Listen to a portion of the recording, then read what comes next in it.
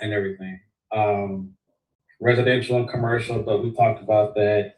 As far as working schedule, maybe like work a month, take a week off, or take a few days off, so not to get burnt out and still have time for home and everything else. She said not to do two, at least 3 or 4 houses a day. Stick with two. So I was gonna stick with two to see how that went. Working Monday through Friday, and then maybe a house or two on Saturday and Sunday and whatnot. Just maybe like one or something. Knock out a little quick 2 hour thing. Boom, bam. I'm done for the day.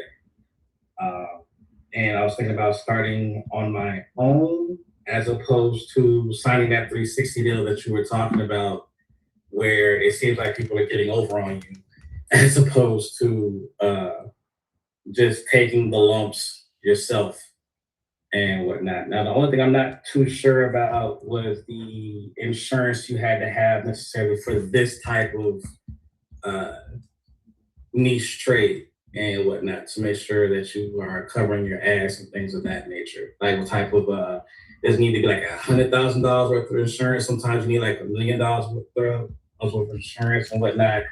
I think with Shamara can probably tell me this because I think she is a one of those people that sign loans and whatnot. The E&O insurance, I think.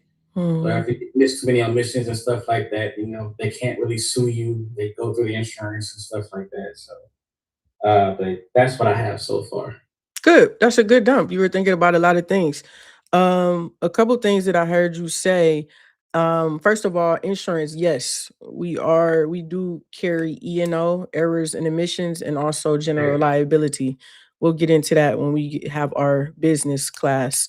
Um, Also, to your point about insurance inspections, you have to know that those are very different than our home inspections, and they typically, in my experience, they don't pay very well. So you just have to be, it may be something that you need to do just like for a quick infusion of cash, but you need to be mindful of that because you are here, they are there. The knowledge that we have and the understanding of the systems that we have, that is not the same thing as an insurance, like a field inspection type of thing. So you don't Okay. want your company to be known as one of those companies when in reality you are an actually a home inspector. Another thing is your schedule.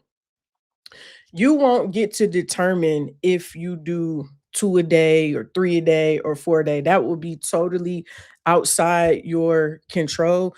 You may go a month without any inspections, especially starting out. That's a very real thing. What I can say though is that again, your best ability is your availability. So that's something that you all need to think about, especially those of you who are going to be having a job and looking to transition out or work a job while you do this. You got to figure out how you can market your home inspection business and be available to do inspections once you start getting booked during that sort of transition time. But yeah, that's good. Who else? All right, name of the business, all level inspections. Say again. Prices, all level, All level. Okay. all level inspection. Prices between 450. You went on mute. I say prices between 450 and 550, depending on the age of the home. For me, for a really important purchase is shift some funds in my rehabs towards I could do my own inspection on my projects. Also with certain communities that I'm in. If I had to do a count, it'd probably be like 4 a week, at least 6 in a month. If I could do, I think that'd be a good movement for me. Again, especially with I got one lender that I use, especially in the South Florida area. I could do a lot of inspections for them. I think it'll help out a lot where they land at. That's besides that. That's what I'm working with. Good. KC, I think you need to think about, remember guys, you don't have to, you can own and operate an inspection company and not Okay, necessarily be the main inspector. So you that'd could, be great for me. yes, I know. That's why I'm telling you. You could own and operate an That'd be inspection great. company in Ohio and you not be in Ohio. So keep that in mind as well. Like there. So can you give some short, quick pointers on like on the higher side of that, like with just on the ownership? On the hiring side. Yeah. So that like how you contract it out? What are you like? How would you do that? I would definitely contract. So you would find somebody. It kind of sucks because you really needed to send them to Inspector Flow to be trained by me.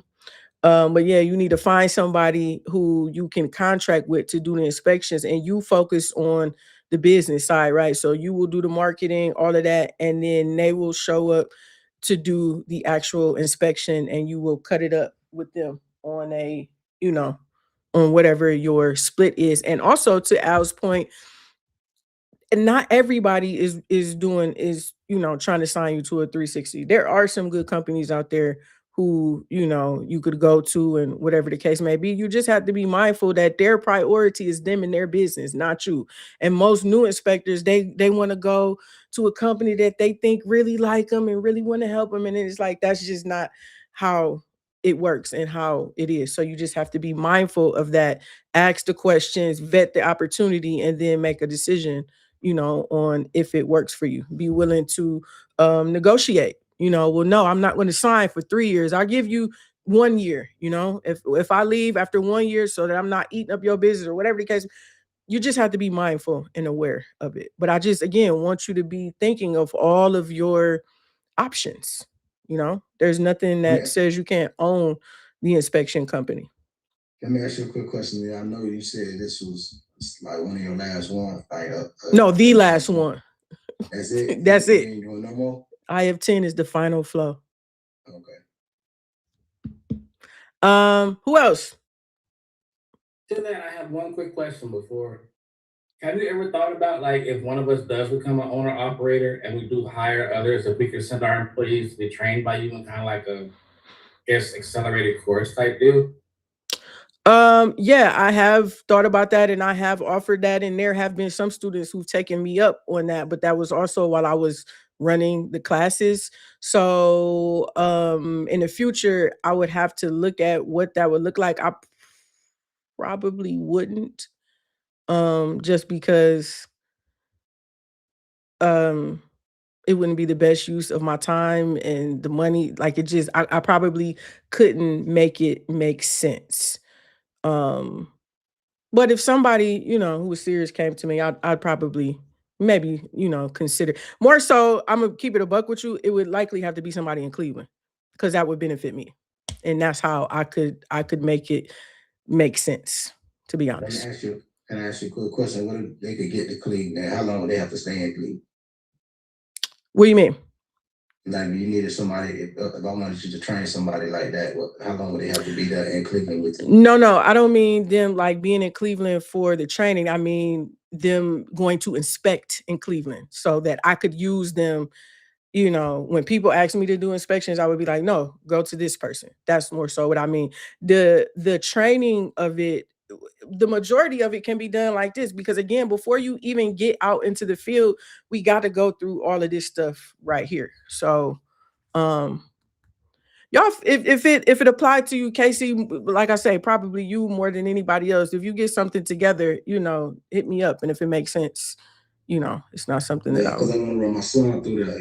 He waved out of technique all around. I want to run through with me, and I had a few conversations about it. He was like, man, I could have did that. I should have took the class.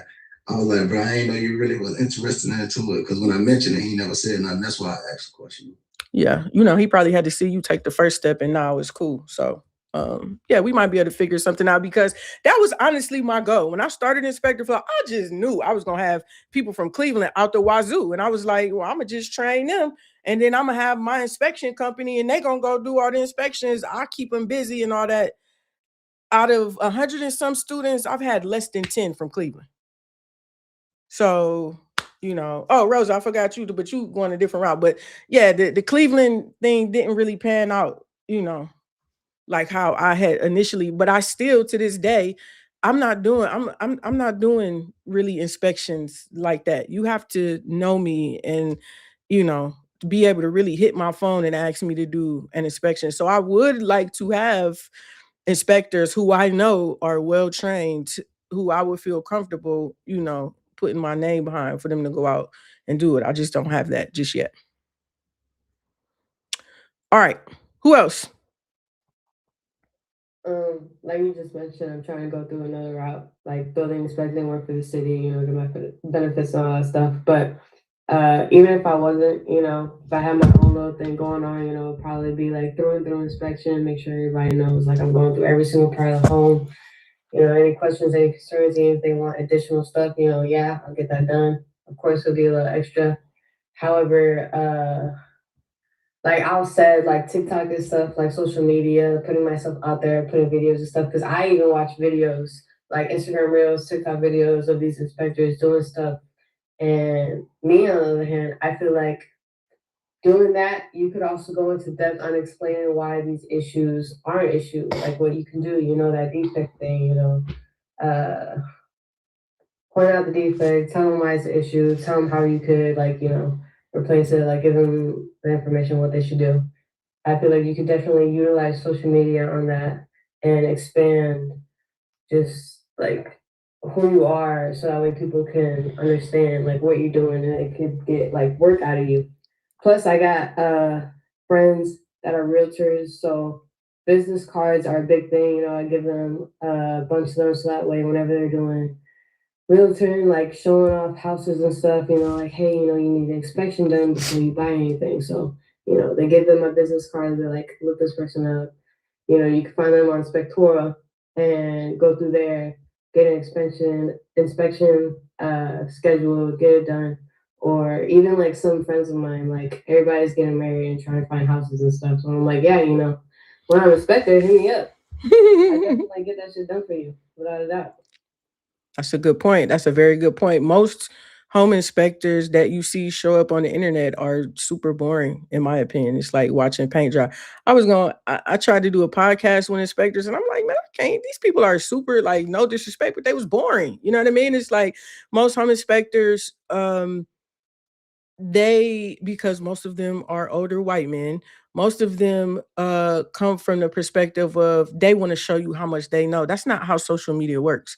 Nobody cares how much you know. They want to know how you can help them. And people don't look at it from exactly what you said, showing them common defects in your home, things that homeowners need to look out for. This is how you handled it. Like, they never look at it like that. They want to try to give you the full technical rundown, a bunch of pictures, and that's not what works on social media. And so you have an advantage even over a more established. That's like me. When it comes to inspector education, I'm the new kid on the block. But in terms of visibility, I rival the top dogs. And if you just want to look at the straight up numbers across all platforms, there are more. And my audience, when I got started and I tried to work with those people, and I basically said, hey, you aren't doing anything for minorities, for women, for youth. They basically told me to kick rocks with no socks. That wasn't their audience. I said, oh, okay, say less. It'll be my audience then, So you absolutely can very easily carve out a niche online because nobody's really doing it at a high level. Check out, if y'all don't follow me on YouTube, go to my YouTube. I just dropped a video about like what I would do in my first 30 days, and I talk more about how to show up on social media, and I give like 3 types of content that you can create at any step. That's another thing that people do is like they wait. I want to wait until I get my license, till I get my website, till I get this, till I get that. And that's like no, you could literally be sharing right now your journey, the fact that you are in school to be an inspector. People would love to see that. People love to follow the story, the journey. They don't want to see you once you've already made it because you feel too far. That's like a lot of people. I could say a thing, and they'll be like, well, that's because you this, or you need, or you already did this, or you already do that. Whereas you said, it's like, oh, okay, because it's more relatable. So that's how you got to look. You got to look at social media like helping people, serving people first, and from there the business, it just comes. Everybody, just think about your own self. Like, if somebody was trying to help you, you would be more likely to pay them attention more than somebody who was like trying to just show you how much they knew about a topic. Who else?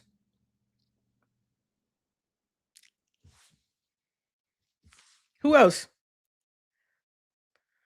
I'll go next. Thank you, Andrew. I do want to go on my own, and then I want to be like available to like the full 8 hours. So try to like have an Shout out open to my schedule. girl, Michaela. And then probably start like at 400. And then I do want to do also like commercial inspecting, like building inspections. And then I want to try to have at least like 1 or 2 inspections every day throughout the week. But it's not gonna be like that, how you said in the very beginning. And then Andrew, let me ask you this. Are you gonna market enough to have 1 or 2 inspections every day? Because Andrew, you give me kind of shy, kind of low. So are you gonna have you thought about that? about what? Am I going to show up from a marketing perspective in a way that would set me up to have 1 or 2 inspections of each every Oh, day? like to get known? Yeah. Yeah, well, I would have to do all that stuff, like how I was saying, like social media. But are you gonna do it though, Andrew? Yeah, that's how do you call it? That's a goal. That's a goal. Yeah, because your personality, you don't seem like that kind of guy. You seem like a little bit more low. You know what I mean? Like, Yeah. yeah. So you're gonna have to figure out a way that you're gonna have to be uncomfortable, but also a way that feels authentic to yourself, so that you're not, trying to be somebody else. But Of course, yeah. you're gonna have, especially in your market, in a non-regulated market where you can so easily grab people, you're gonna you're gonna have to figure that out, Andrew, because you're gonna have to show up. All right, who else? Shamara, what you got? Well, I will either use the business name I have and just add it on to the other stuff that I have, or it would be Indigo Inspections. And also, the different type of things that I would have on there would be basically the home inspection, but also inspection that I do every day, which is lost draft inspection, like one of them said about the insurance, loss control inspections, just regular non-inspection and other things that I pretty much already do and on there. On average, do you mind sharing with us how much those, like, what's the profit on those? Is it like a volume game? You got to do a bunch of them? Yes, it all depends on who you working for. And just like you said earlier, it's something else to add on to keep money flowing through. Okay. My recommendation for you would be you need to start a whole new company, because again, a person, if you are known as an inspector who makes 150 or 175 or whatever it is, to go out and do a quick whatever these inspections, that it's going to be hard for you to, that's not anywhere in the same realm as you showing up as a professional home inspector. You make $150 an hour as a professional home inspector. And so that's not going to, from a branding perspective, I think that would be difficult for you. I get still doing it, but trying to add it under that umbrella, I'm not sure if that would be best for you. You're gonna have to position yourself as a home inspector now, which is very different. The skills, the training, the knowledge, the implications of it is all totally different from your insurance inspection. So you just have to keep that in mind, because again, if I'm trying to position myself to a realtor and they go to my website and they see that I do these inspections for $150, they're gonna be like, well, why is my client paying you $450? Or it's just gonna be hard for them to grasp. So just something to consider. Let me ask you this, since you say that, what would you say as in like advertisement where it comes out from both ends? Because just like I have my own like business cards already, and I know I have to have some for that one, but also when it comes to like the material that you wear and stuff, like you have your shirt, I already have a shirt for the one I have at this moment. So what would you say about having, like I see sometimes people have one of their business on the front and some on the back and stuff. What would you say? No, I would recommend again that you make your home inspection business your primary focus, and thus it would be your primary marketing. So all of my shirts and everything else that I would be wearing would be about my home inspect. Because again, I mean, just from a numbers perspective, do you want to make $450 for one inspection at one house, or do you want to do 3, 4, 5 at a buck 50? Driving around to different houses. You're positioning, you're skilling up right now, is what you're doing. And so you have to position yourself as such so that, again, the general public, the realtors, the real estate professionals in your market will understand that. They don't, there's no, and again, it's no shade or no disrespect, but they don't respect insurance. In our industry, we like insurance inspectors. That ain't, I mean, that ain't, you know what I mean? They not the same. It's not the same. It's levels to it. It's levels to it. And so that's part of the reason why you're skilling up so that you can go to this next level and actually do a full inspect. It's not even the same circles, right? You're going to be getting the majority of your business directly from realtors. Realtors don't have anything to do necessarily with insurance inspections. So it's not even the same. You're not even trying to talk to the same people, if that makes sense. It makes sense. All right. Any other questions on that? It's important to think about that, to think about where you're going. Again, we're in the thick of it. We got our heads down now, learning and studying, but it's important to think about where you're going and what you want it to look like. And as you go and improve and get more information and learn more, you will, things will change and you'll, again, add more to the vision and all of that. But it's important, as you get thoughts in your mind and stuff, jot them down. The Bible says, write the vision and make it plain, and that's how things actually come to pass for you. Okay. Any other questions? All right, let's get into part 2, shall we? We needed to start with toilets, correct? Yeah. Do you feel like you remember what we talked about in part 1 in the water supply system? To an extent. Some of the things, yes. Overall? Overall, yeah. Okay, good. All right, so let's start with toilet. Let me pull up my notes. So a toilet is, again, another fixture. Typically, your toilet is going to be made of porcelain. You can have either a floor mounted or a wall mounted toilet. So floor mounted means it's literally just mounted on the floor. Wall means that it is mounted on the wall. There are really 2 types of toilet: a gravity flush, which is the most common type. And this basically uses the weight of water and gravity to push the waste down through the trap and into your drain system. And then the pressure assist toilet uses air basically to push the water into the bowl with a little bit more force. Most of them, again, that you will see are going to be gravity. How the toilet connects to your plumbing. That's what we're looking at here in this picture. Does anybody know how that happened? How that works? How do we connect the toilet to our plumbing system?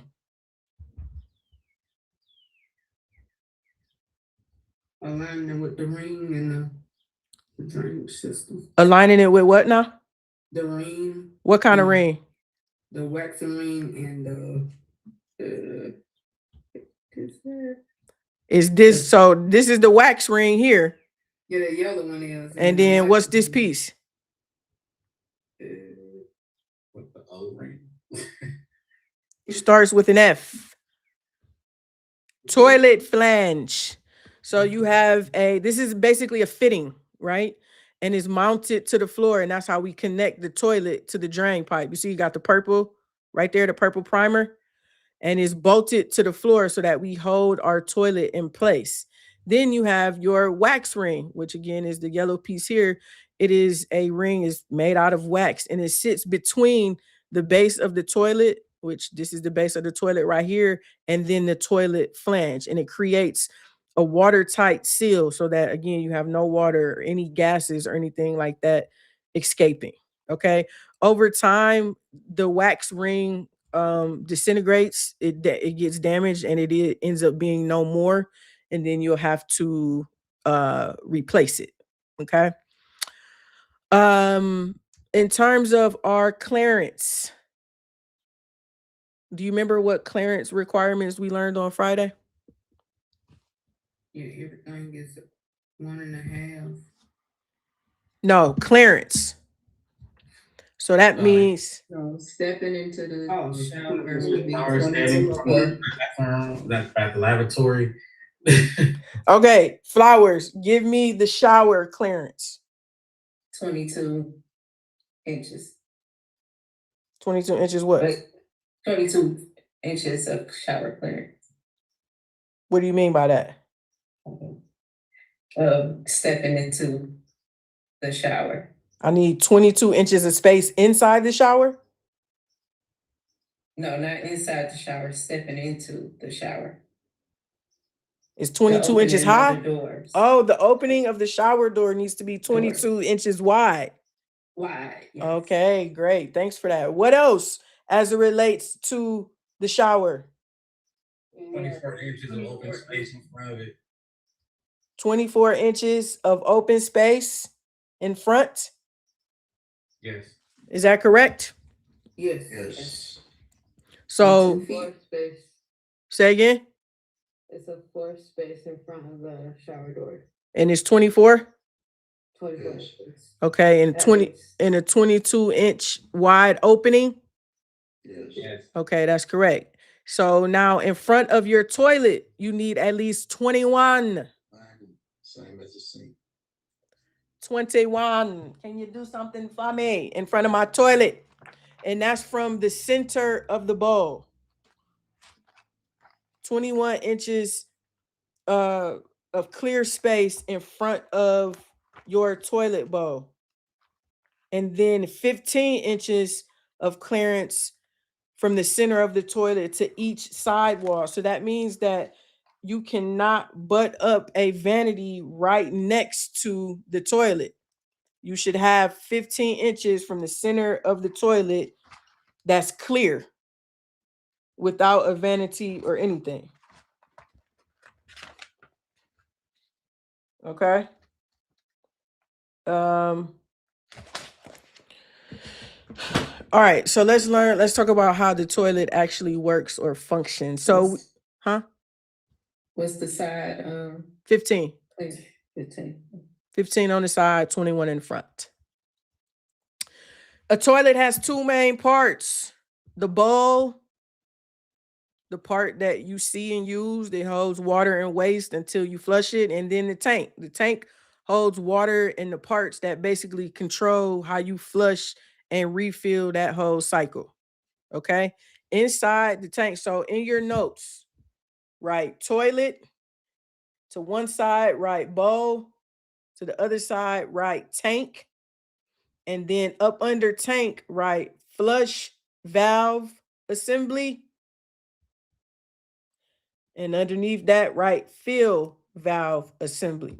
So that in your notes lets you know that the toilet has two parts, the bowl and the tank, and inside of the tank there are two assemblies, the flush valve assembly, which handles the flush, and the fill valve assembly, which handles the refilling of the tank.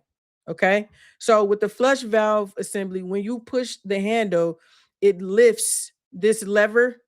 So see here, this is the handle and it is attached. It lifts this lever, and that lever pulls the chain to this thing here that is called a flapper. Okay, so when we get out of class, you can literally go do this. Take off the top to your tank, push the handle, and you will see this chain lifting up this flapper. Okay, And the flapper is basically like a plug that's at the bottom of the tank. When it's lifted, it allows the water to go from the tank into the bowl. And when you drop it, it seals the tank so that the tank can refill. Okay. And then the fill valve is sort of like a faucet for the toilet. So it connects to the water supply, and that is how you refill the tank. Okay. So there's the ball cock, which is basically this long arm here. This long arm here, and then it has that float or the float style. So that's why you'll see this called, it'll be like a black rubber ball, a ball cock, or either the float. Okay. And the float acts like basically like a sensor. If the water drops, then the float drops and basically tells the fill valve, hey, we need to open up. As the water rises, then the float lifts until it shuts off the valve at the correct level.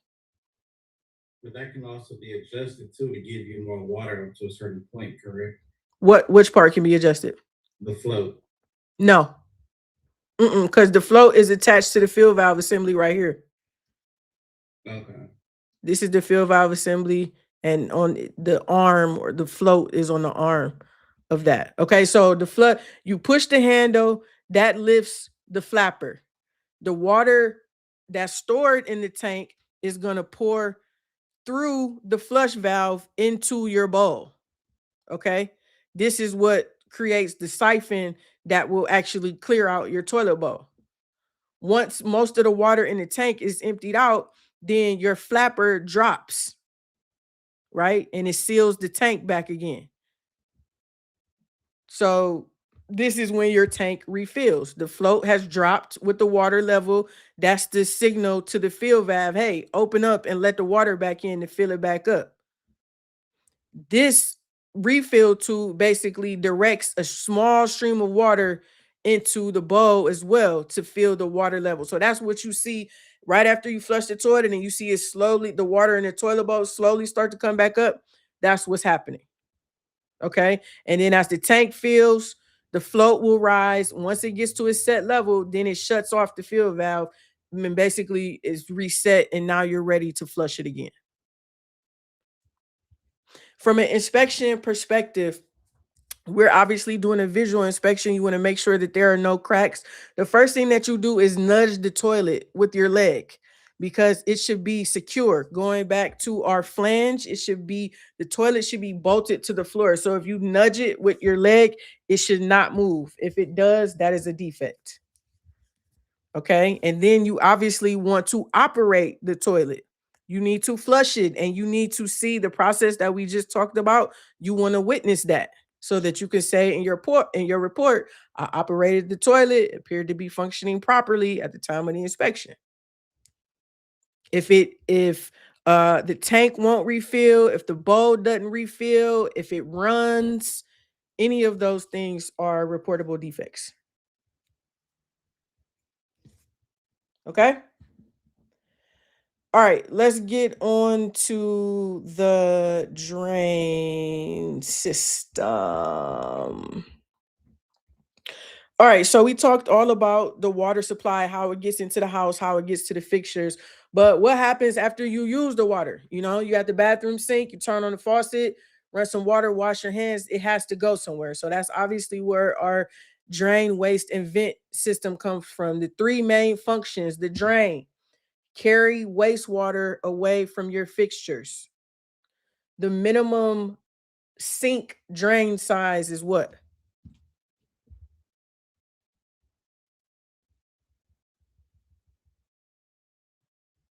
1 1/4 1 1/4 what? inch. That's correct. Minimum sink drain size is 1 1/4 inches. The waste specifically refers typically to toilet waste. These pipes have to be larger because not only are they handling water, but they're obviously handling solid waste too. And then 3, the vent system is what brings air into our plumbing system. This is a major key because without a vent, the water would not flow properly. And that's when you have slow drainage the gurgling, all of that are indications that you have an issue with your venting system. Just like with our water supply, it is either public or private. So if it's public, most homes in your city will connect to the municipal sewer system, and wastewater goes out your house through the house drain, and then it enters into the city's sewer mains, just like how we get our supply from the city's supply lines. And then if you have a private drainage system, this is typically your septic. So a lot of rural homes rely on septic tanks and drain fields. So as an inspector, you just are going to identify, are we on public, sewer, or on septic?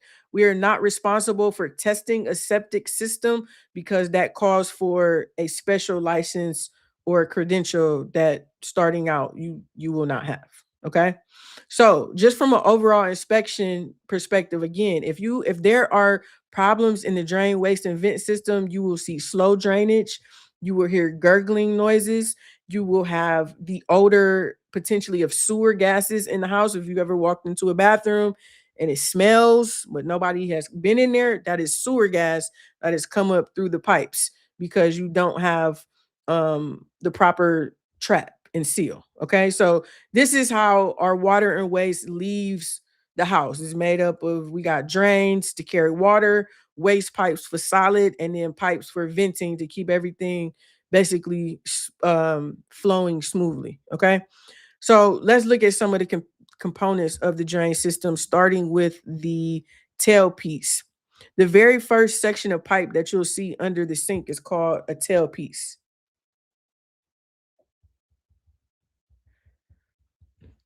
It is a straight vertical pipe that drops directly from the drain opening of a sink. So when you are washing your hands in the sink and you see the drain outlet there, that's a minimum of 1 1/4 inches.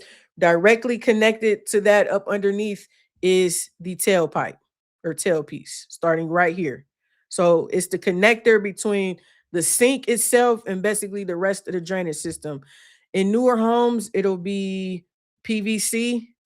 In older homes, you will have what is right here, which is brass, but it has chrome on it. So that's why it looks silver. Okay. Typically, it's going to be 6 to 12 inches in length. And what is the minimum diameter that it would need to be at my bathroom sink?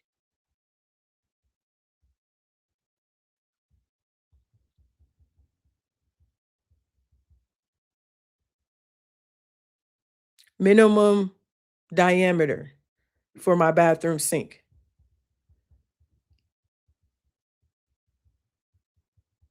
No clue?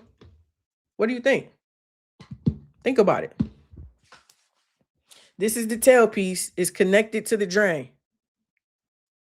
Minimum would have to be what, 1 3/4 inches, because it's got to take all that in. 1 That's- 3/4 inches? See, like 1.5. 1.5? 1 1/4. 1 1/4, Yeah, because the 1/4, yeah. drain outlet is 1 1/4 as well, right? So it So can't be that's smaller than that. All right. So 1 1/4 is typically the size in diameter. Okay, so as an inspector, you're gonna be looking out for corrosion, obviously improper connection. If the fittings aren't tight here or here, you'll get leaks under the sink. Most times when you open up a sink up under it, you will see signs of leaking, either active or inactive. Well, Okay. That's low for just like the drainage for the tub. There's 1 which is 1.5. So the drainage from the tub would be 1.5 as well. They mirror each other all the way through. Yes, except for on the tub, you typically go straight from the tub to the P trap, All right. which Okay. would be 1.5. Yes. All right. All right, next. So sometimes you'll see a simple single tailpiece like we just looked at. Other times you'll see this, which is called a continuous waste. So this is when you have two bowls, like in a kitchen, a double sink, are tied together before they connect to the trap. So a continuous waste is basically this horizontal pipe that's connecting the two drains. So this is the drain of one sink, and then this is the drain of the other one. And it's basically letting one side of the sink share the trap from the other side. Okay, so this is most common. You'll see this in a kitchen again that has double sinks. All right. So the next component that we will see is a P-trap. The P-trap is the standard residential trap that we use today. It is, when you look at it from the side, it is shaped like a letter P. That's why we call it the P-trap. The P-trap creates a water seal. Does anybody know? Well, it's right here. The minimum depth of the water seal should be 2 inches, and then the maximum should be 4 inches. Okay. If the seal is too shallow, then you will allow sewer gases to pass. And then if it's too deep, then your fixture won't be able to drain. Okay. Most commonly, again, you will see this as a PVC P-trap. Okay. For your lavatory sink, what size should your P-trap be? 1 1/4. 1 1/4 inches. For your bathtub, for your shower, for your kitchen sinks, it should be a minimum of what? 1 1 1/2. That's correct. That's correct. Okay, so every trap has to be connected to a vent system so that the seal doesn't siphon out. Okay, so basically it's like this. Write this in your notes. Every fixture needs a trap, and every trap needs a vent. Every fixture needs a trap, and every trap needs a vent.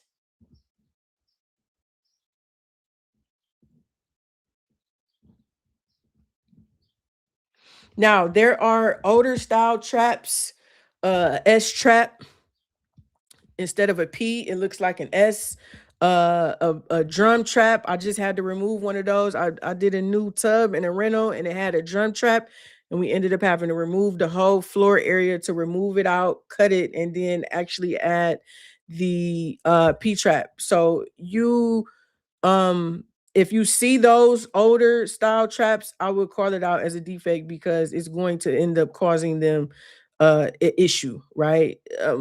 Explain to the client why we don't use those anymore and why we use P traps. Okay, so here's what it looks like in action.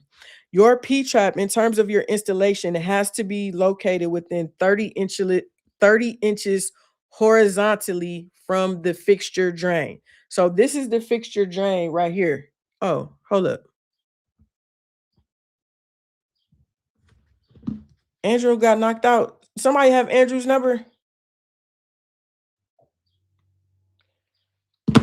If you have Andrew's number, send him a message and tell him to try to come back if he got knocked out. So this is your fixture drain right here. The P-trap has to be located within 30 inches horizontally of this fixture drain. So within 30 inches this way, within 30 inches that way. And then it can't be any more than 24 inches vertically from the fixture. So basically, you don't want it too far away from the drain of the fixture.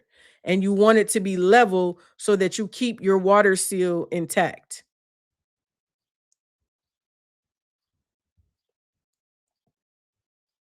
So if you opened up a sink and you saw this, what would your informational comment be?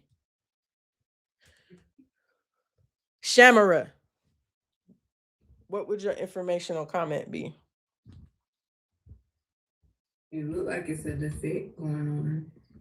Your informational comment. Your observation of what you have, right? If you're inspecting a sink, you've got to comment on if it had a P-trap because every fixture need a trap, right? Yes. So what would you say? You see a trap there, what would you say? I see a P-trap there, but it looks, well, I take that out of there. I observed that there has been a leakage somewhere.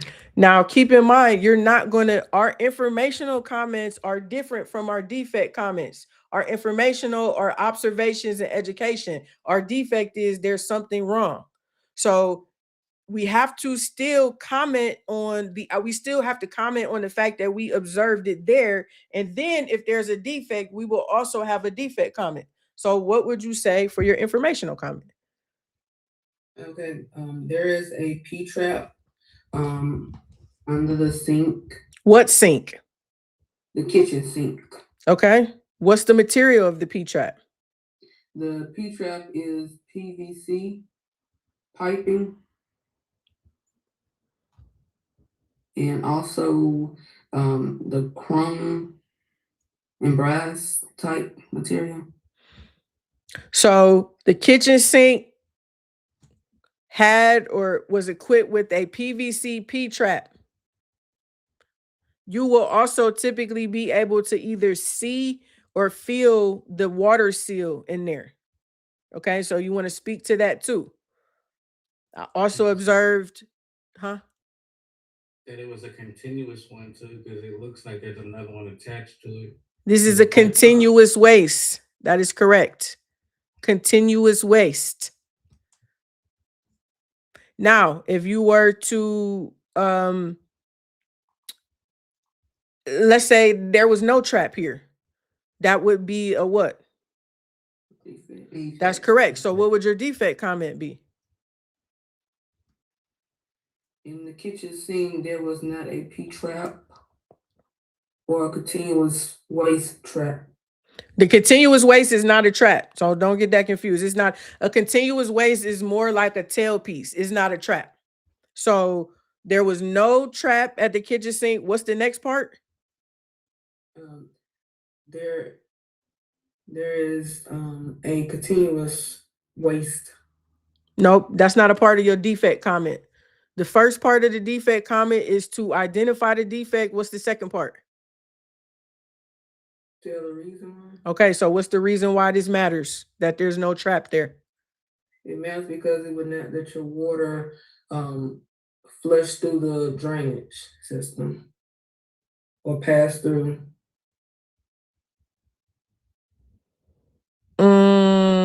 It can't vent properly. If it don't have a P-trap, then it's gonna the water will be stuck in place, or it would not go through the sewer. So remember that the main function of a P-trap is to create this water seal so that you cannot have sewer gases from the drain coming back up through.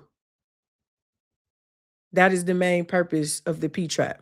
So again, if you have a house that's been sitting vacant, right? Nobody's been using it.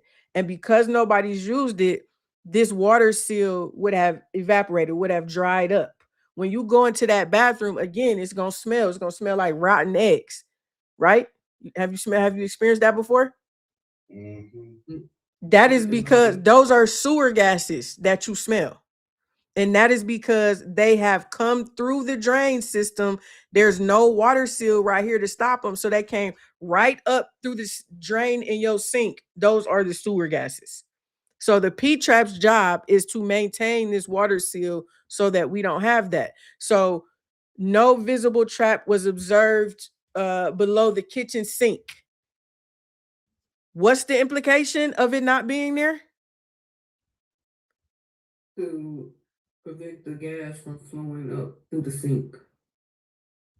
So what's the implication if it's not there? For your defect comment? Rosa, what's the implication?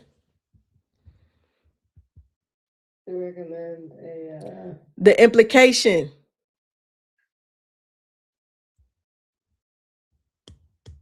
This could lead to like bad odor. This could lead to sewer gases entering the home, right? Yes. So what's the recommendation, Rosa?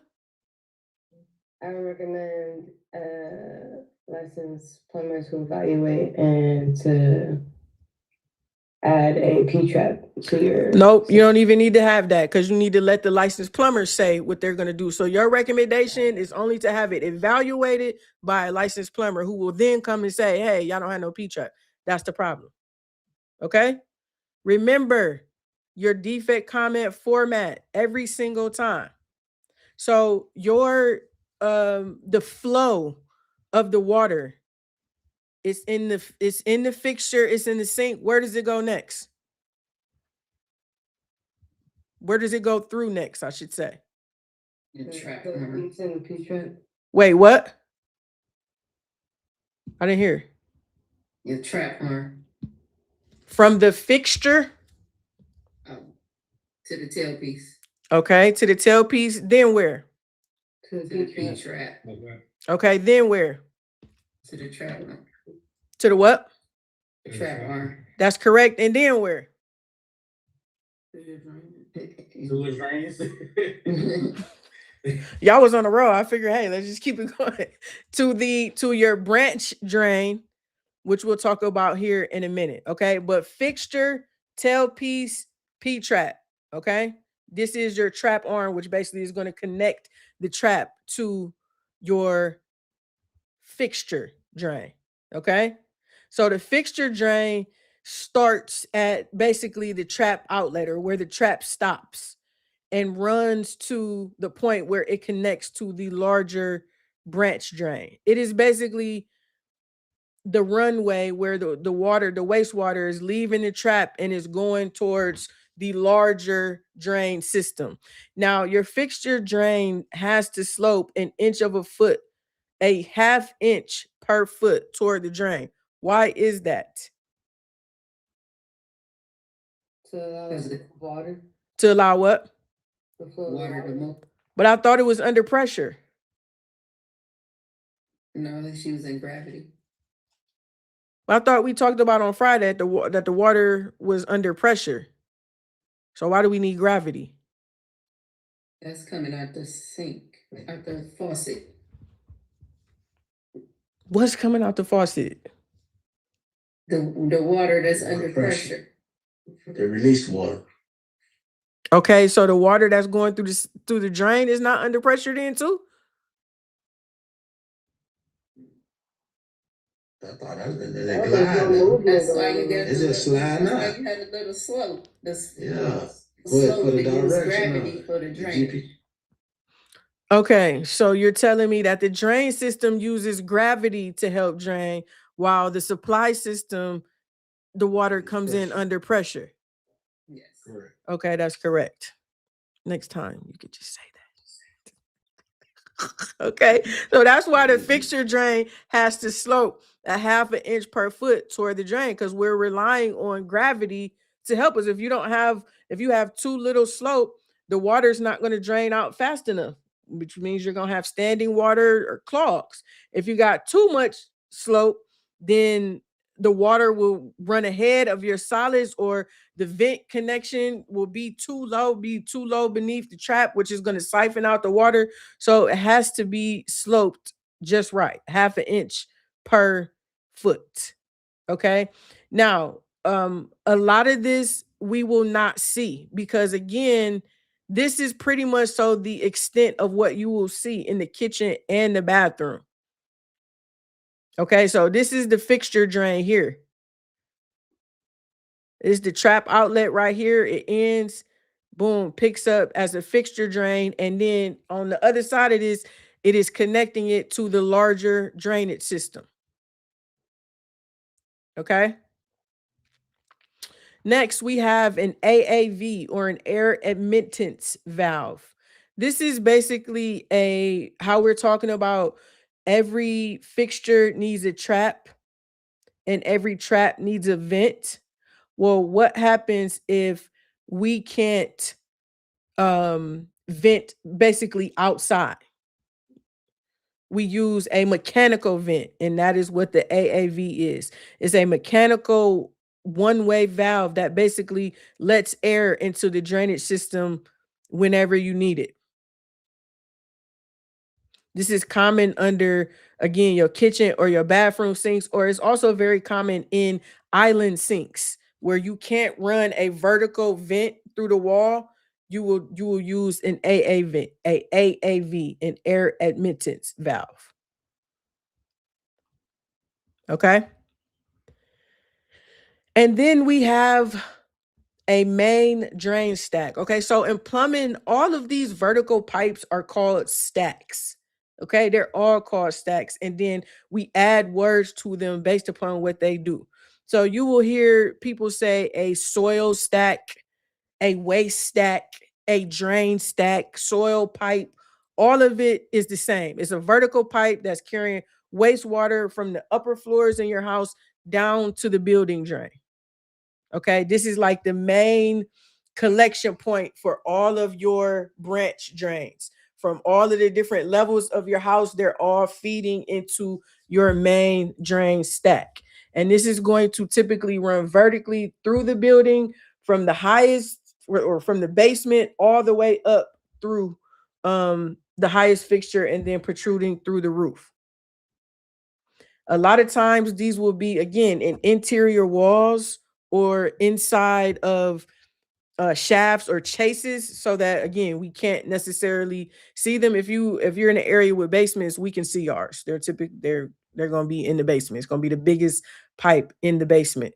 Speaking of size, what is the size requirement for a main drain stack? Just think about this, about what you've learned and what we've talked about. 1.5 inches, 1.25 inches. Think about it. What size would make sense for a main drain stack? 2 inch. Keep going up. 3 inches. 3 to 4 inches in diameter. So Ooh. it's going.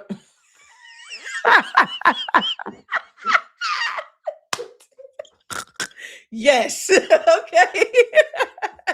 So we gotta have a 3 to 4 inch. This is gonna be the largest pipe in your house, basically. 3 to 4 inches in diameter. And you want it again to be installed straight, like how you see here. In older homes, oftentimes it will be a cast iron, which is this part of it here. This is a cast iron drain stack. In modern or newer homes, you will have PVC. So this is where they have had to, and I've had to do this on far too many homes, because cast iron, again, it corrodes. We get poor drainage. So we have to literally open up the floor, cut the section out, and add PVC in. And that's what they've done here. This section right here is PVC, and so is this section.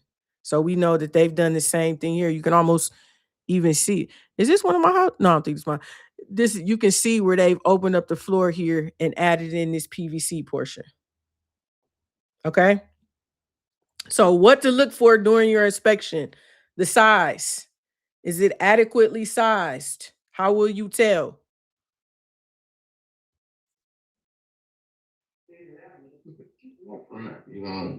A tape measure. That's correct. A tape measure. You will verify. The condition, we looking for signs of corrosion, cracks, leaks, especially if you have old cast iron pipes. So you would find this in the basement, I'm assuming? Yes. If you have a basement. Where would you find it if you don't have a basement, like, for it? It would in A roof. yeah, it'll still be a vertical pipe. It may be in like a utility room, or it may again be inside of the actual wall. Yeah. It may not So if necessarily. that's the case, we may not be able to get to it. That's correct. Okay. Mm-hmm. Will it be in a crawl space too, right? Yes. Yep. Yeah. No matter what foundation type you have, it will be there. It just depends. What the foundation type really depends on how much of it is actually visible. In the basement, you can see the most of it. And in the slab, you can see it too if it wouldn't be concealed in a wall. But it's going to go from the bottom all the way up through your roof. Okay. We're obviously going to be looking for signs of water stains, dampness, listening, excuse me, for gurgling sounds, which would indicate potential vent issues. So when you're describing or talking about this to your client, this is like the main highway for your plumbing system. It's carrying wastewater down and releasing the vent gases up. Okay. So what would be my Al, give me my information or my observational comment that I would make about this particular drain stack here. It was observed during the time of this inspection that the main drain stack was originally, I believe you said, I forget the name of the middle. Cast But, iron. cast iron, but was replaced with PVC pipe. Okay, I'll take it. The visible part of the drain stack appeared to be constructed mainly of cast iron with some sections updated to PVC. All of that would work, okay? All right, let's go to the next. So let's look at, excuse me. Let's look at all of this together. If I were you, I would write this, I would draw this diagram in your notes. You have your fixture or your sink. What is the minimum drain outlet size? 21 What is the clearance requirement? 21 inch 21 inches. 21 inches what? from the door. Floor clearance. From in front of the sink. Okay. And so what is the very first component that the wastewater will flow through? Tall piece. That's correct. The tailpiece. Tailpiece. Then through the P-trap. What is the job of the P-trap? The gas, The trap gases. the To boo-boo seal smell. To prevent gases. gases. The water seal has to be a minimum of how many inches? 1/4. The water seal. 2 inches. 2 inches. 4 inches minimum. And how many backs? 4 inches. 4 inches. That's correct. And then where do we go? Oh, wait, for the P-trap, how many inches horizontally from the drain outlet? 30. 30. Vertically, 24. 24 is correct. And we want it to be level. No. Every fixture needs a every fixture needs a Trap. every trap needs a Vent. that's correct. Okay, so next we have our fixture drain. This is the horizontal pipe here that's between the trap and our connection and our drain connection. What is the slope requirement? Half an inch. Too much. Not a half. Quarter of an inch per foot slope. Correct it in your notes. Quarter of an inch per foot. Okay. And then we have our branch drain. The branch drain collects waste from multiple fixture drains. Okay. It is also running horizontally to the main stack. Excuse me. So it also needs to be sloped as well. And then our vertical waste pipe that carries waste downward from the fixtures is called what?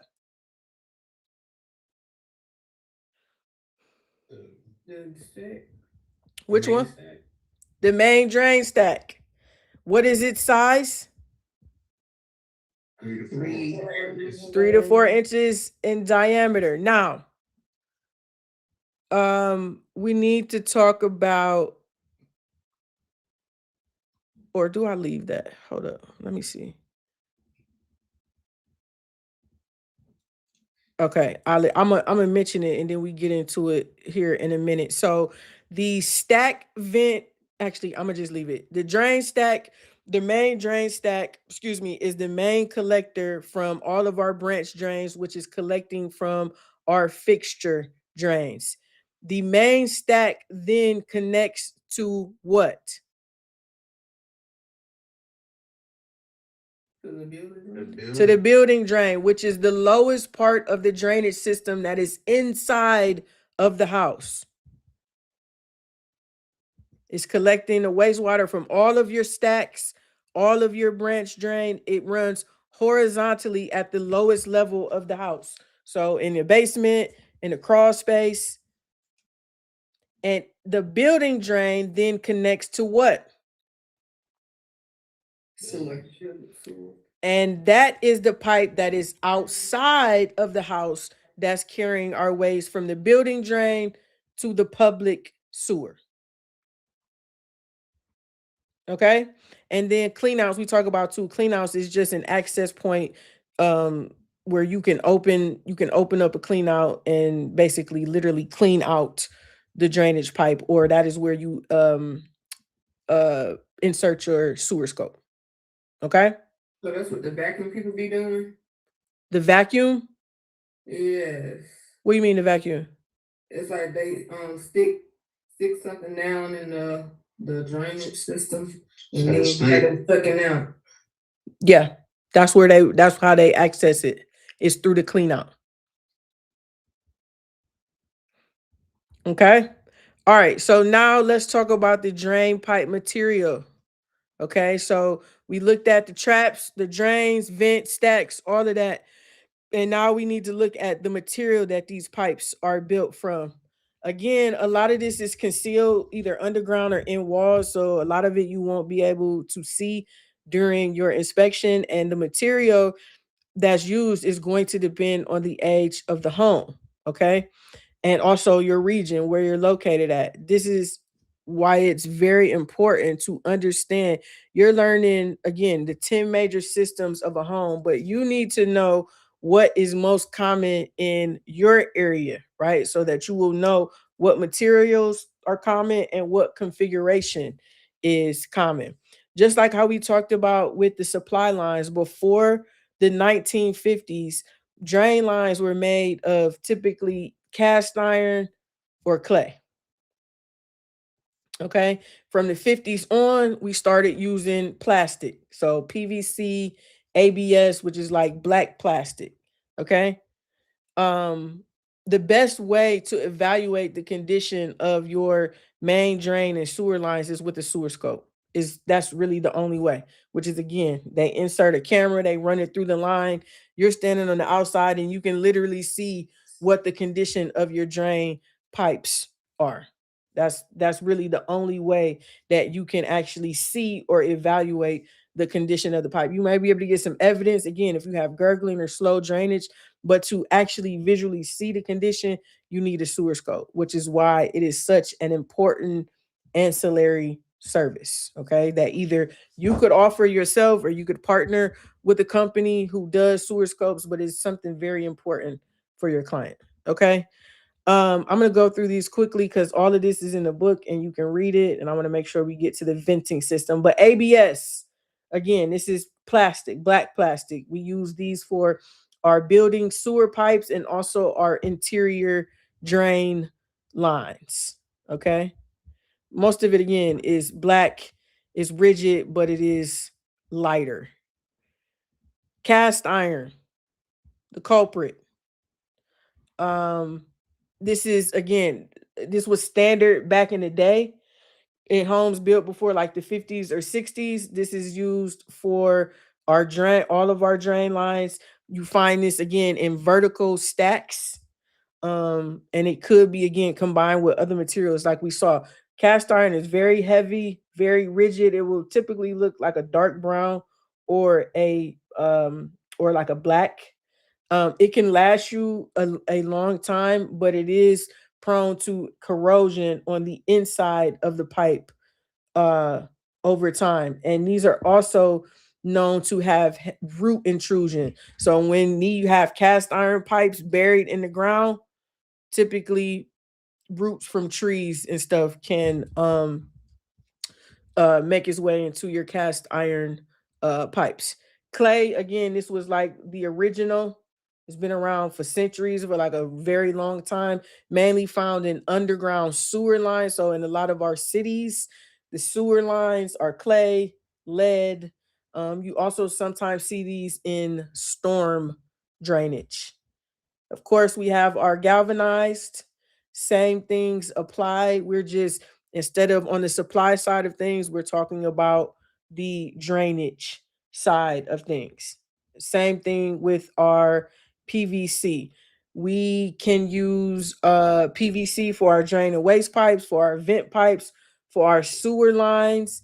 And can PVC be used for our distribution lines on the supply side of things?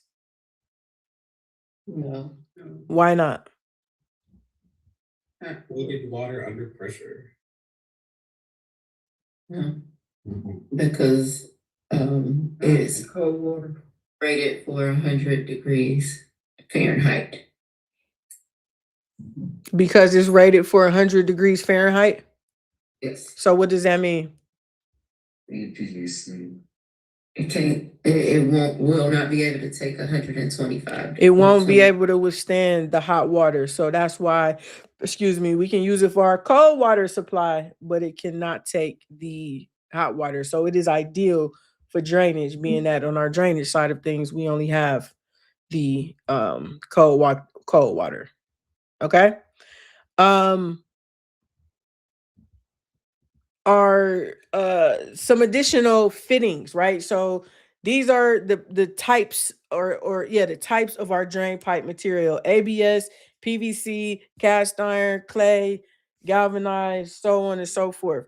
But these are the components, these are the fittings that keep everything flowing the way that it should, right? Because we know in a house we have, you got horizontal to vertical, you've got vertical to horizontal, you've got horizontal to horizontal. So we need fittings. We said that our supply lines are coming in under pressure, so water is being pushed through them, right? But drain pipes aren't pressurized. They're relying almost totally on gravity to move the waste out of the house. And so because it's dependent on gravity, the way we connect and direct those pipes is very important. So again, when you think about the flow, a horizontal to vertical transition, that's the easiest one because you have gravity and momentum helping you. The waste will drop down naturally. Well, when you have vertical to horizontal, that's a little trickier because you're going from water falling then to flat movement. So if you don't have the right fitting at this point here to connect, you could cause, again, backups. And then horizontal to horizontal, this is the hardest because you're trying to change directions without any help from gravity. Okay, so what we use to make these changes are fittings. Okay, and all fittings aren't the same. They're designed for specific uses.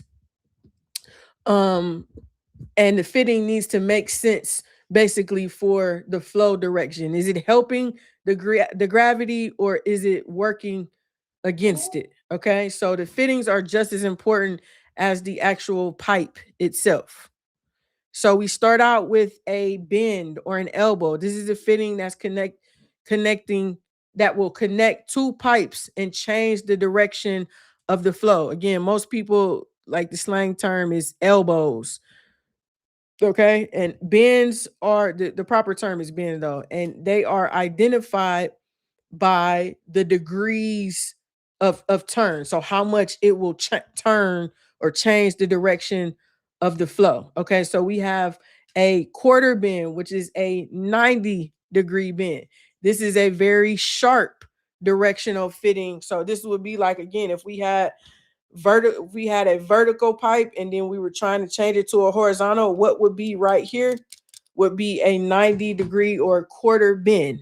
Okay.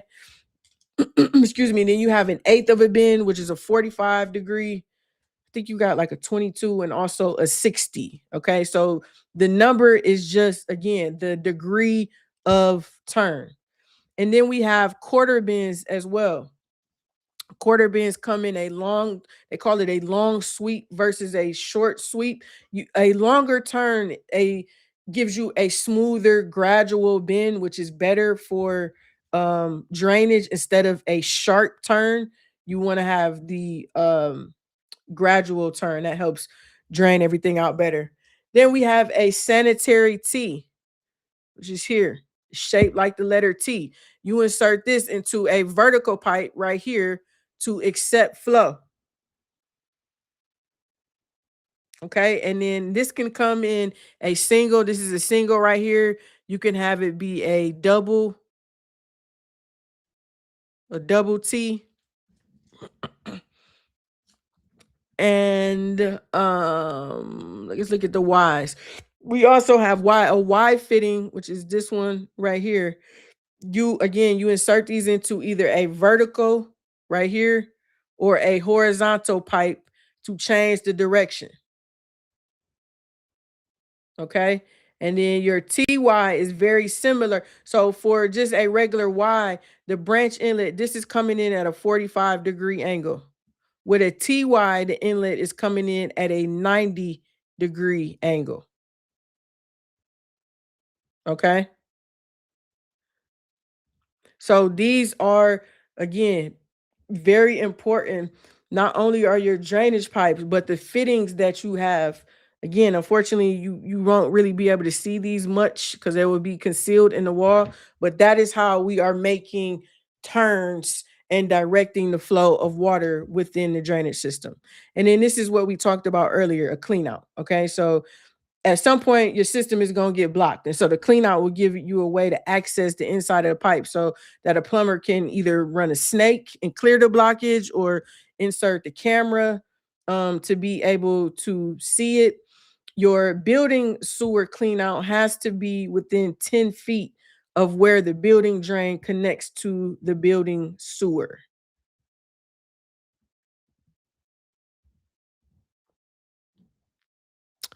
Okay, plumbing vent. So we've covered drain, we've covered waste. Now we're looking at the venting. And this is what keeps our traps working properly is our plumbing vents. The vents' main job is to what? Air.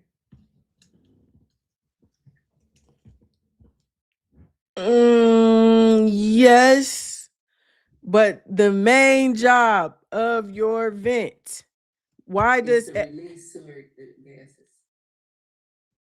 how so? Say Not again? in the house, out the house. Out the house, yeah. Shamara, what did you say? I said pass it through the P trap. What passes through the P trap? The gases.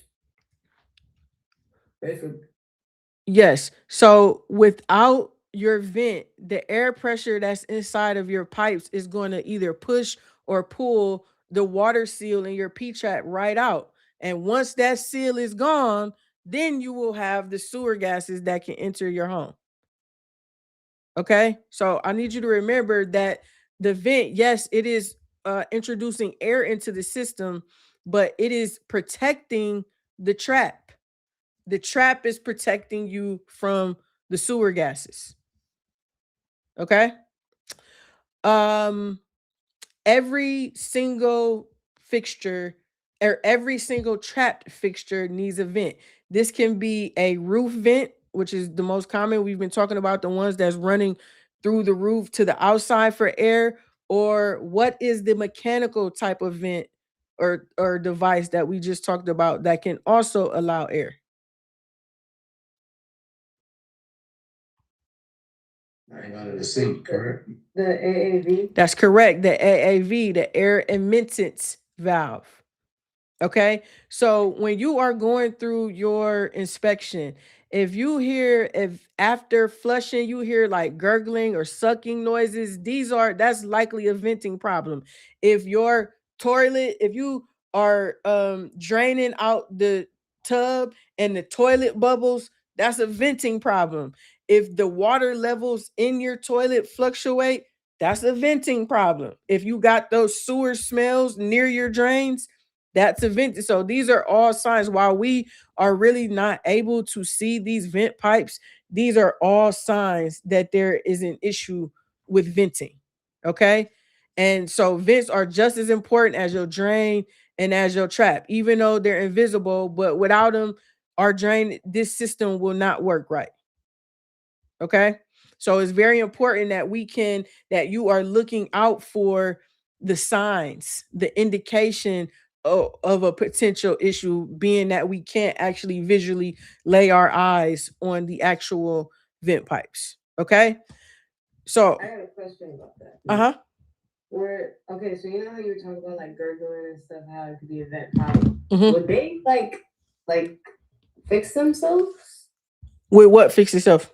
Like the venting issue, because like there was like one time where like I flushed the toilet and I heard like gurgling noises, and I thought the absolute worst. I thought there was like a sewer rat trying to come up through the pipe or something.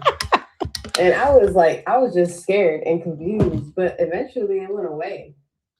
Like nothing was ever looked at. Like I never like mentioned it to anyone to look at it or anything, but it went away. Oh, so you mean, did the venting problem fix itself?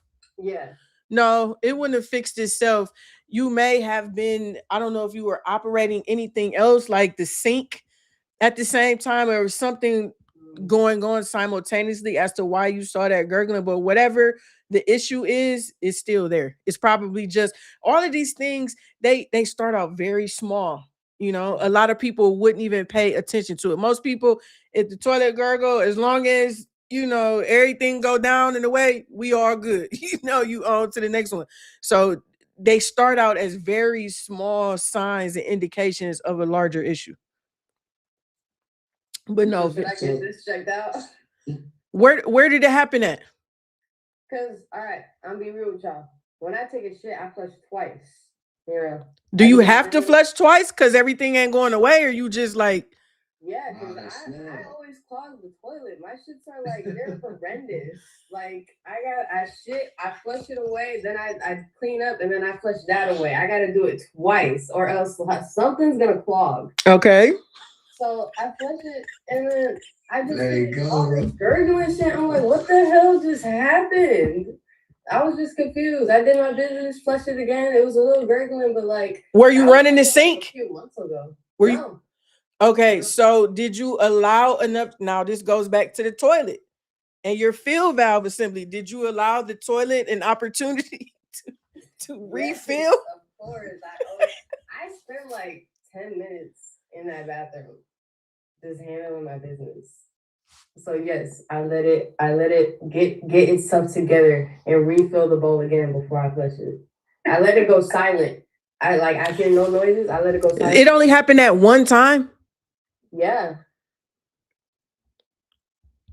There may have been something else that was going on. Again, something, maybe a fixture somewhere else that was connected to the vent that happened. Because you would hear it more often than just a one-off That's situation. Why I just like ignored it, pushed it away. Like I never revisited like that thing again just because it happened just at one time.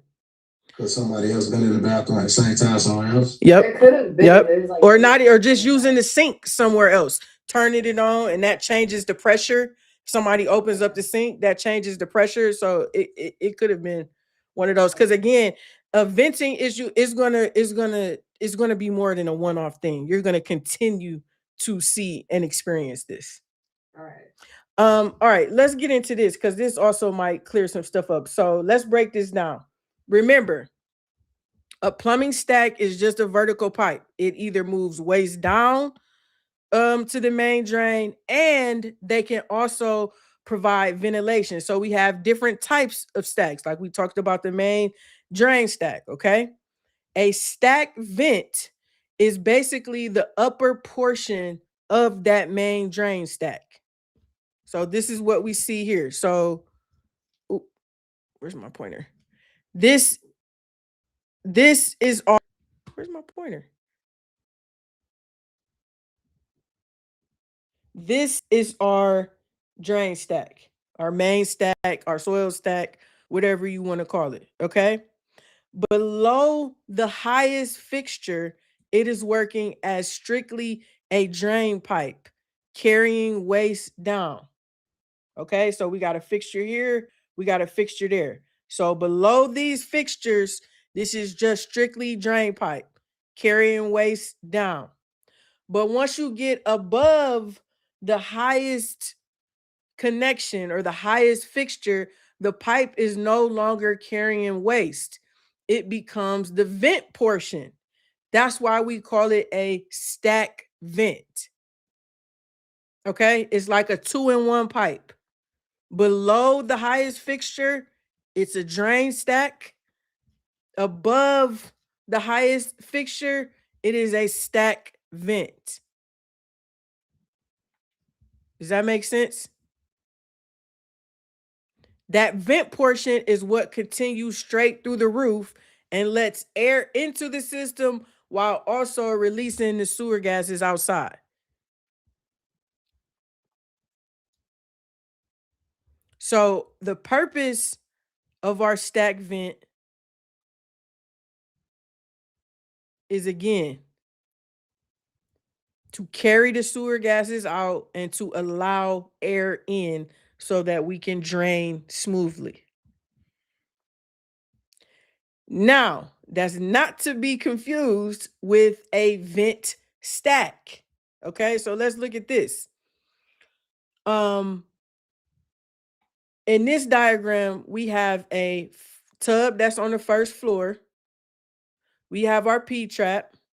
We've got our fixture drain.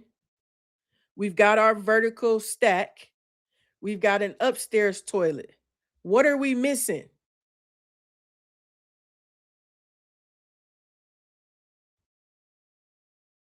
Vent. That's correct. There's no vent that's serving the bathtub, the drain for the bathtub. So whenever water would move through the drain stack, remember, again, we're going to have the pressure changes. So when your toilet flush, when the upper fixtures are drained, those pressures are going to change, and it's going to affect the trap that is on here on the first level, right? So the upstairs toilet, somebody uses the upstairs toilet, and so that discharges into the stack. That falling wastewater is going to create negative pressure behind that flow. So the water is coming down, is negative pressure following it down, and that negative pressure is going to try to pull air into the system. Since there is no vent that's protecting the bathtub, the system is going to pull the air that's coming from where? P-trap. The trap. This is what we mean by siphoning. So siphoning is when the pressure difference pulls water out of the trap. The plumbing system, it needs air. Without a vent, the easiest place to pull air from is the trap. As the air gets pulled through the trap, the water is pulled out with it, which removes the what? The gas, the safety gases. Slow down. It removes The the protection from the safety gases. what's the protection? The P-trap, What's the protection? protection is the water in the P-trap. That's correct. Your water seal. The water that's inside the trap that's blocking the sewer gases, it's siphoned out. So without water in that trap, now sewer gases can enter your house. This is a health issue, right? So in this picture, we see that we now have a vent that's connected at the bathroom drain. This vent is providing a path for air from outside to enter into the drainage system. Now, when the toilet upstairs is used, the air enters through the vent. The air that the plumbing system is looking for will enter through the vent instead of pulling it from the P-trap. Thus, our trap seal is protected. This vent is a vent stack because it is only used for bringing in air. There will be no water, no wastewater in this pipe. There's only air traveling in here. Vent stack. Does that make sense? So a stack vent is the upper part of your main drain stack. Below the highest fixture, it's a drain. Above the highest fixture, it's a vent. A vent stack is a dedicated vent pipe. It's never used for drainage, only for air.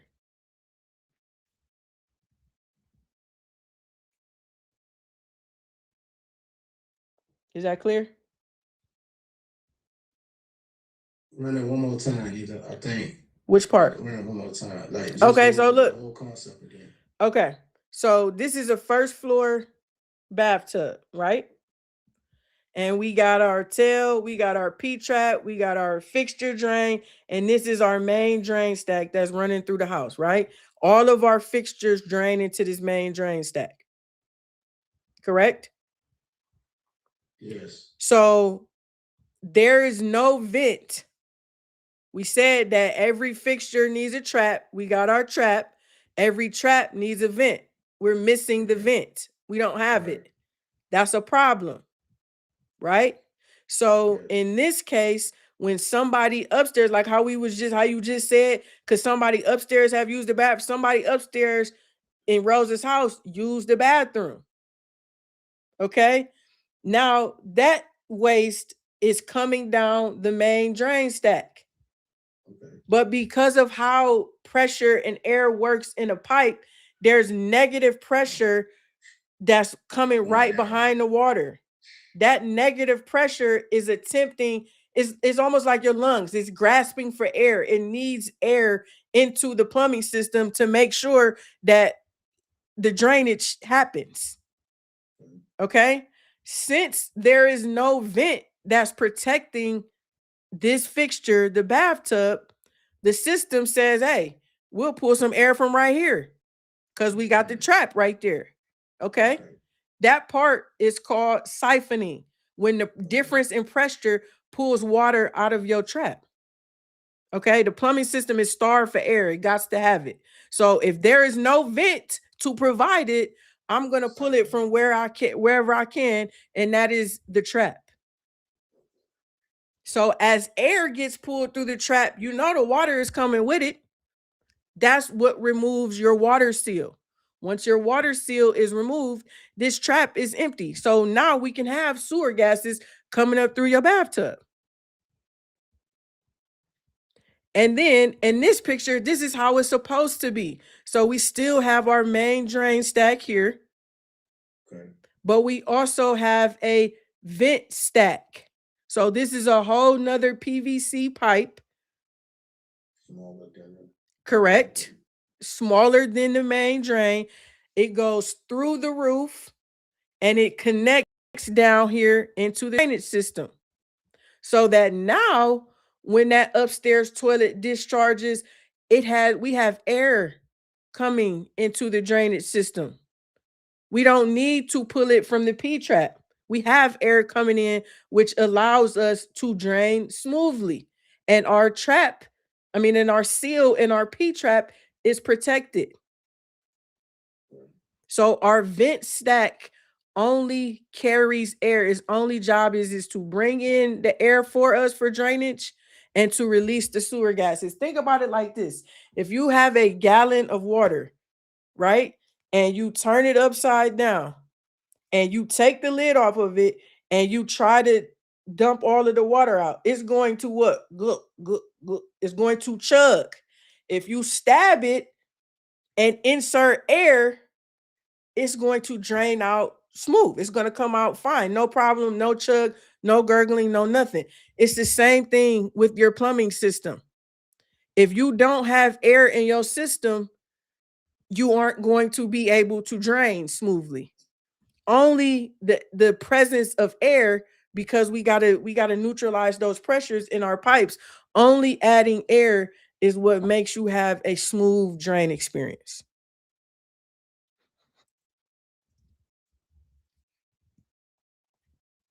Does that make sense? Yes, it does.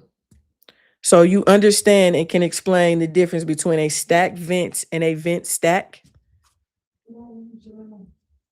Yeah, stack vent bigger, a vent stack smaller. A vent stack is strictly for air. A stack vent, is the drainage is decreasing as it go down, and you're going to use No. What about a stack vent now? What about the stack vent? It's above fixtures. It's above fixtures.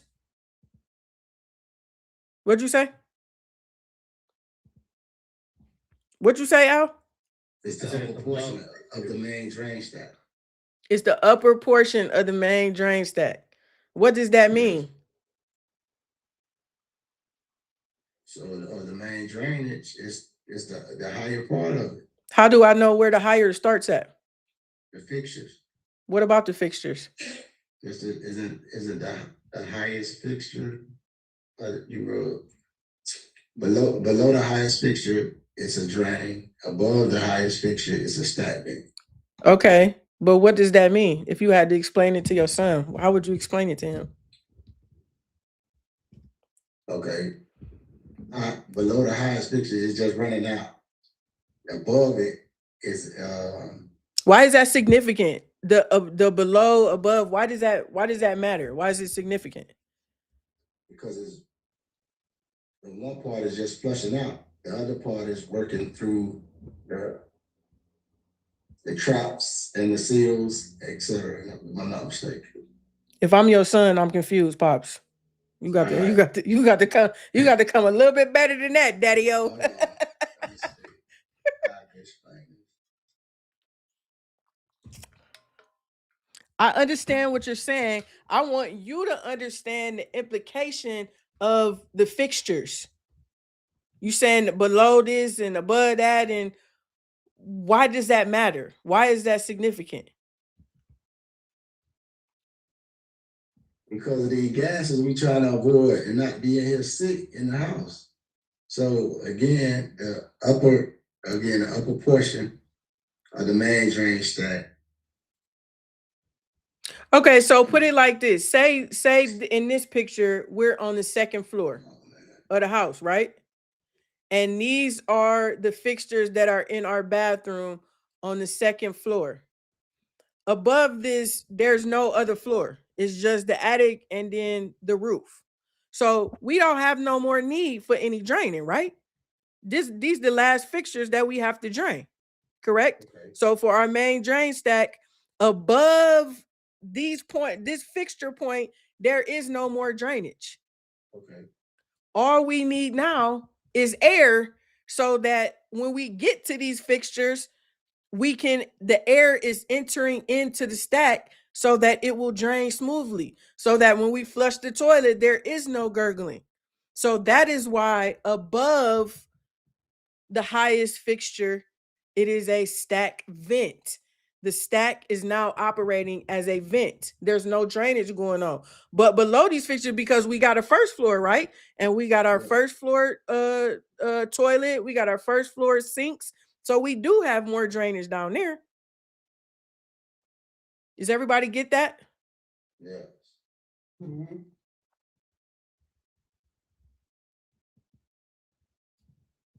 All right, so we back here to put it all together now. Who can explain it to me? From the sink to the tailpiece. I didn't say read it. I said explain it. I want an explanation.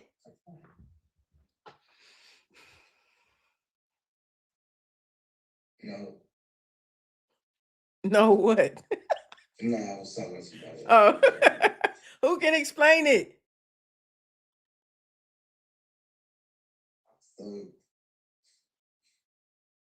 If somebody explains it correctly, wait a minute. I got a proposition. Okay. You want to take my proposition? If somebody can explain this to me all the way through correctly, I will waive the homework for tonight. You only get one shot, and it has to be correct. You want the challenge or not? You can't read from your notes. I'm going to put it on a different screen.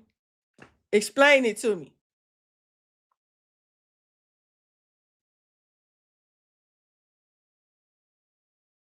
Y'all not even going to try. Y'all just going to fucking do the homework.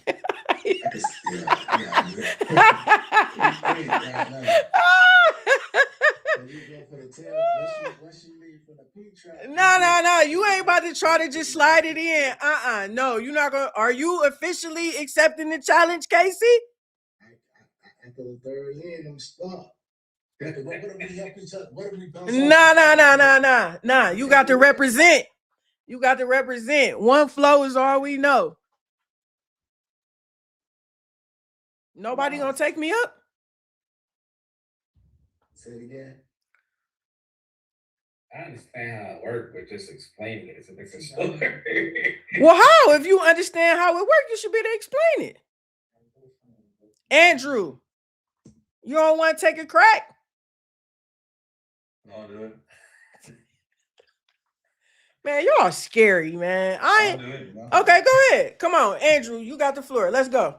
So you start at your sink, and then the water flows into your the tailpiece, and then into your. How long is the tailpiece? the tailpiece? Mm-hmm. Come on, man. You got code, man. I say you got to get it all right.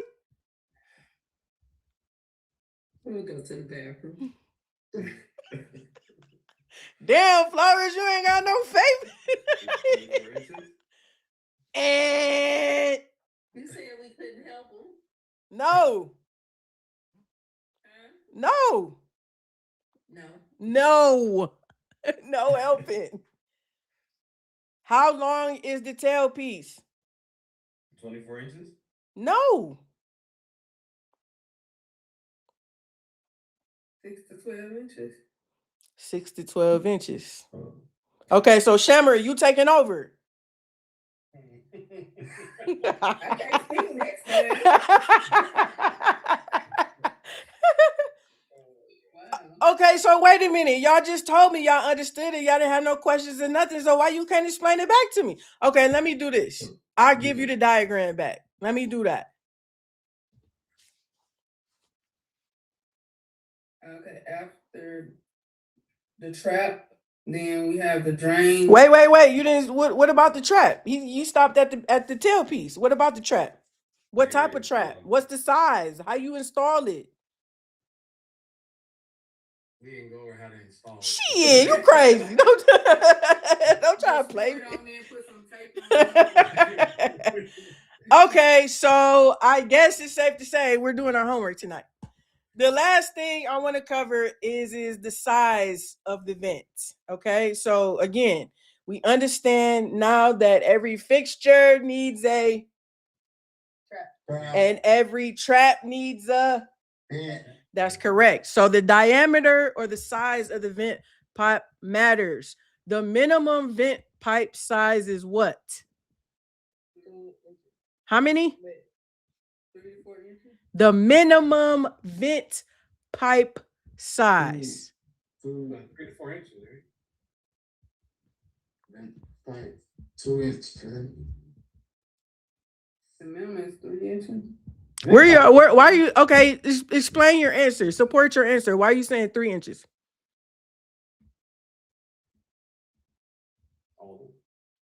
Probably because of the PVC piping. Because of the main drain stack? Yes. I'll say 2 inches. What was The minimum. This is what you have to watch on the test. Right? The answer could be 3, but they want to know the minimum. What's the minimum vent pipe size? 2 inches. No. No.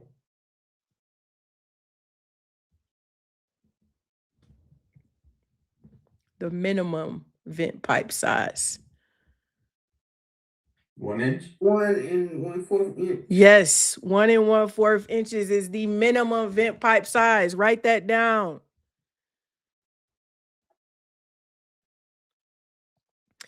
Also, a vent must also be at least half the diameter of the pipe that it serves. Okay? Huh? One more time.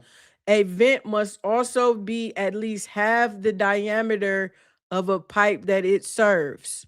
So if it is serving a 4-inch drain stack, then what size should the vent be? 2. That's correct. That's correct. Now, in colder areas, well, I ain't gonna get there. I ain't getting to that variation. But just know that the minimum vent pipe size is 1 1/4, and the vent has to be at least half of the diameter of the pipe that it is serving. Okay. Now, when it comes to termination, vent termination, right? So remember we learned about roofing penetrations and we talked about plumbing vents.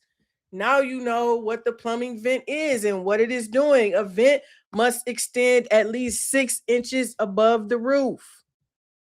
You need to know that. At least 6 inches above the roof.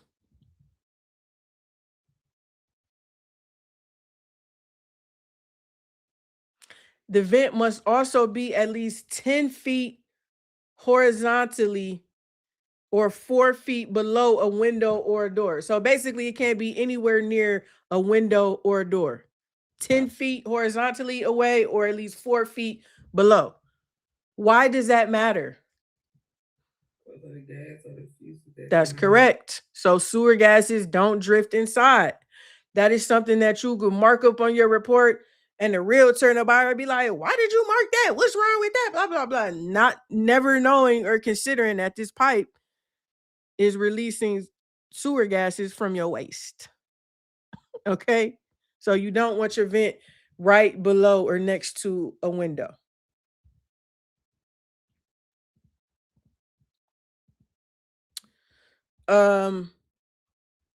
Again, this is just your clearance. This diagram is in the book, so I'm gonna let you read this, but this is again just about the clearance. At least 6 inches above the roof, at least 10 feet horizontally from a window or door, and never terminating directly underneath your soffit vent or under the eave. That would do nothing but pull the sewer gases into the attic of your home. You could also have vents that terminate on the exterior walls of the house. If so, they need to be at least 10 feet above ground.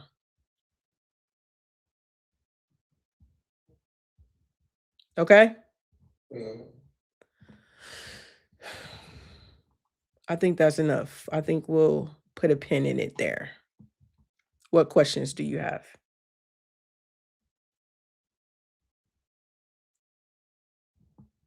Just walk through the sewer thing one more time. Just to let you hear you so we can hear you out. So we can. Well, what about you walk through it? You've heard me do it twice now. What about you do it?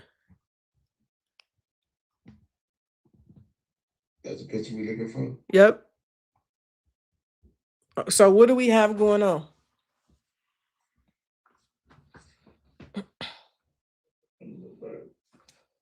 You have drainage, but you have no vent stack. No. Okay. So I have no vent, which means I have no what? Tell me how I'm supposed to breathe with no air. So you would basically just create a siphon and pull the water out of the P trap, P which trap. allow sewer vapors up into the house. Mhm. Because Under there's the no seal. vent stack to pull air from. Mm-hmm. So what do I need to prevent that? A vent stack, air, a dedicated vent stack. That's correct. And in the case that I have a stack that is Second floor. say again? No second floor. or above the highest fixture, what would I have going on with that stack? It would be venting out all the sewer vapors up and out the house. And also gas out, air in, yes? Yes. Yeah. So that would be called a what?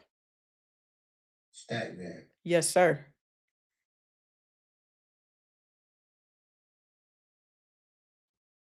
Seem like you got it to me. Are there any questions? So is that a defect, the first picture that you showed? No vent? No vent? Yes, because every fixture needs And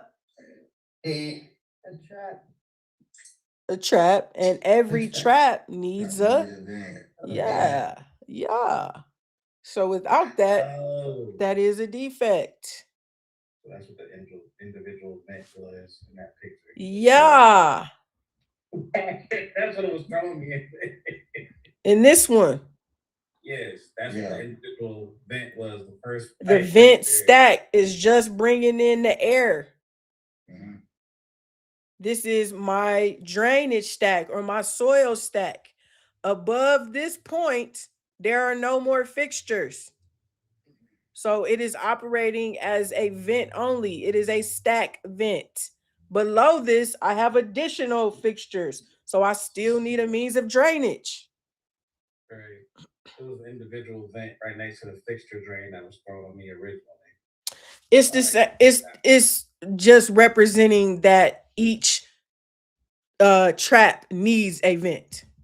Yeah, Mhm. yeah, I got it. I got it. But the other picture kind of threw me because I was looking at the air coming in and not even paying attention to the This to the one? stack. Yeah. Yeah, so I this just went one right to the is the air, and then you can always tell, just like to your point, side. yes, sir. Absolutely. The biggest pipe is your main drain stack. Vent pipes, let me show you this.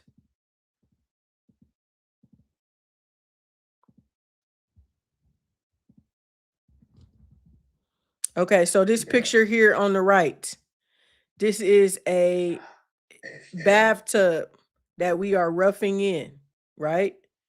Let me Mhm. zoom in a little bit. So this pipe here, I know is what? main drain, Is what size? 3 inch. And you see this writing on here, it's typically gonna tell you PVC, and it will tell you what size it is. I can't see on there, but that is our main drain stack. Do you see this pipe here? Yes. What is that one? The vent Stack vent, Huh? stack vent. Huh? Vent stack. Yes. Air. Vent stack. This one is only bringing in air. Now, above this house has a second floor. Above the fixtures on the second floor, this pipe here is operating as a vent only. That's a stack vent. This pipe right here is only carrying air, no water, only air. Mhm. It's a vent stack. And then we have what is our distribution pipe material? Copper. That's correct. And this right here is a mixing valve. This is how you get your hot and cold controls. And do you see this right here? What is that? Yes. Shut off valve. Come on, inspectors, let's go. You do know what you're talking about. Y'all be having me worried a little time. I mean, y'all just need a minute. That's it. Okay. We clutch it up at the end. It's all right. Yes, sir. Here, these are our tailpiece P-trap. Do you see the defect in this picture?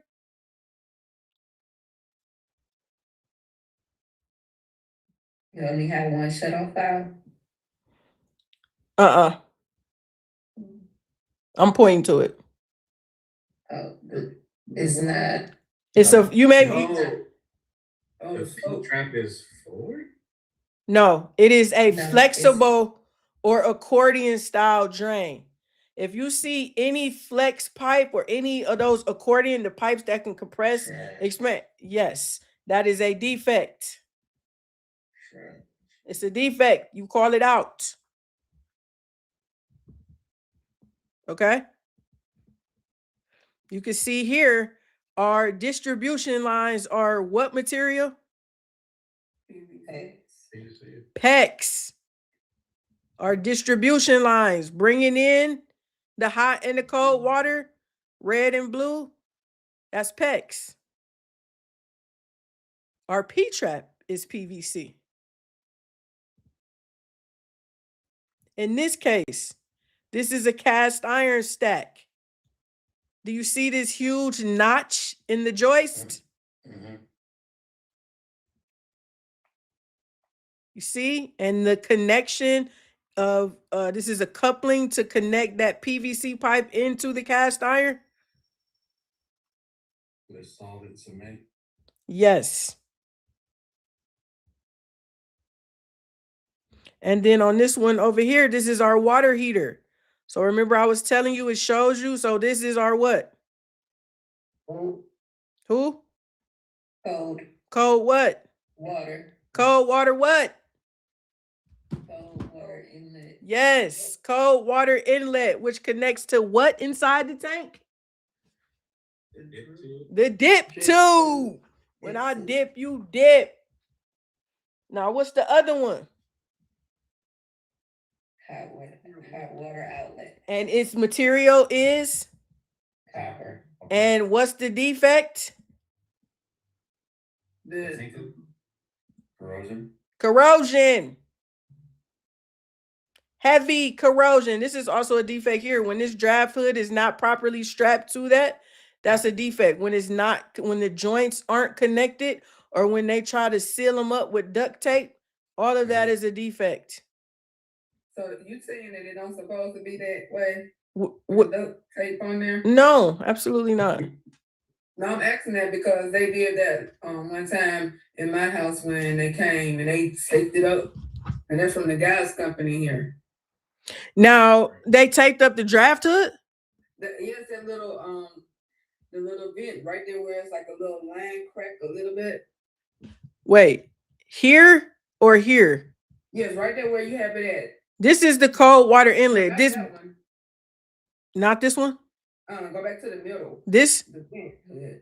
Okay, yeah, this is the draft hood. Now, they could have been, there is, so when you are trying to seal up the joints on a duct tape is not appropriate, but there is a tape that sort of looks like duct tape that can be used, but it typically has like writing on it to let you know, Red, right, or something on there. possibly so, red or black. And it's So still as long as sealed. it's not actual, literally duct tape, like DUCK, Okay. that's not allowed. But duct, DUCT, which is also silver and it's like shiny, that is allowed. Okay, that's what they put Yeah. on there. Yeah. Like aluminum foil. Mm-hmm. panel. Yes. Yep. That's exactly what it looks like. Okay. Más preguntas? Sí or no? See, You have more questions?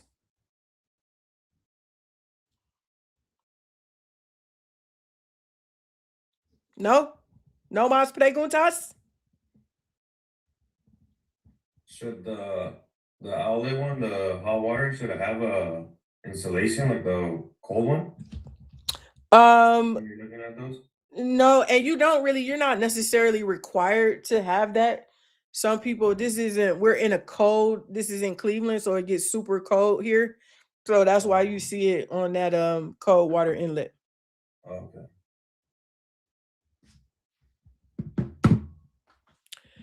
All right. How y'all feel about plumbing? Overwhelmed. Really? It's a lot of information. It is. I agree. Do you feel like you have a understanding? Yeah. What about the rest of you?